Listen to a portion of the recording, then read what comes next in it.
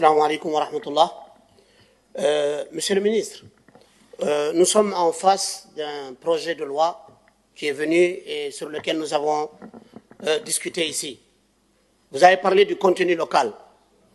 Le contenu local, c'est 3 étapes. C'est l'emploi, c'est les fournisseurs locaux, mais c'est également les communautés environnantes. J'ai fait un amendement qui a été rejeté, mais cela ne m'empêchera pas de dire ce que je pense. Pour moi, si on doit mettre des lois en place, la population, les communautés environnantes doivent être prises en considération réelle. Nous avons des exemples en Mauritanie, ça ne manque pas, où il y a des projets, de grosses entreprises qui travaillent, qui exploitent les mines mauritaniennes et qui ne respectent pas les populations. Adjust est un exemple très clair, où les populations sont laissées pour compte et à chaque fois on se glorifie sur le fait que les entreprises font travailler des Mauritaniens.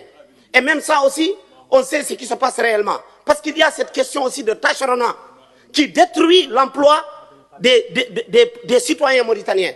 Comment un Mauritanien peut être recruté par une entreprise par tâcheronnat qui a un salaire fixé par une entreprise qui touche 40, on lui donne 40 000 MRO alors que la base de son salaire peut aller jusqu'à 200 000 MRO ou 160 000. Ça, c'est des choses qui doivent être revues. Et ces lois, elles doivent protéger le citoyen mauritanien. Quand on parle des communautés, mais, monsieur le ministre, vous n'êtes pas censé ne pas savoir que l'exploitation des mines est égale à contamination, est égale à des contaminations de l'eau, même par le biais du pétrole, dans les eaux. Quand le pétrole se déverse dans les eaux de mer, c'est le poisson qui disparaît, qui meurt. Donc, il faudra mettre en place des lois qui protègent en premier les communautés environnantes, qui doivent, au-delà de l'intérêt national, il doit aussi y avoir un intérêt particulier pour ces populations-là. La SNIM, pendant très longtemps, a refusé de reconnaître la silicose, prétextant qu'à chaque fois qu'il y a un malade de la silicose, on lui dit qu'il a le VIH-Sida. C'est tout récemment que la SNIM a accepté de reconnaître la silicose, qui est une maladie due à l'exploitation du fer. Donc, encore une fois, mettez les communautés mauritaniennes au centre de toutes les lois et de tous vos projets politiques.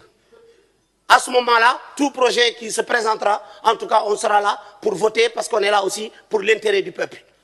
Et tout ce qui intéressera le peuple, c'est ce que nous ferons, en tout cas, dans cette assemblée. L'autre aspect sur lequel je reviens,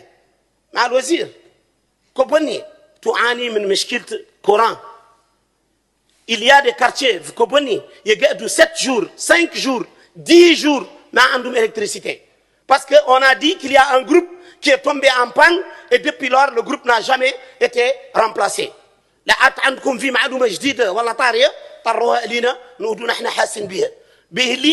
y a des gens, ils achètent leur ration de la viande ou du poisson qu'ils mettent dans des frigos et on sait que c'est des zones très loin. Et quand il n'y a pas d'électricité, tout est bousillé et tout est jeté. Et la Sonelec n'a aucune responsabilité. Aussi, encore une fois, pour le village de Koundel, j'en avais parlé ici, je vais encore en reparler. Koundel, Toufndesiwe, toute cette zone-là, vous avez un projet d'électrification qui arrive, il faudra penser à ces villages-là. Et également, la même chose pour la zone du Guidimaha. Le Guidimaha, aujourd'hui, souffre de problèmes d'électricité et cela doit être réglé définitivement. Le dernier point sur lequel je reviens, à quand une loi de protection du consommateur qui sera mise en place contre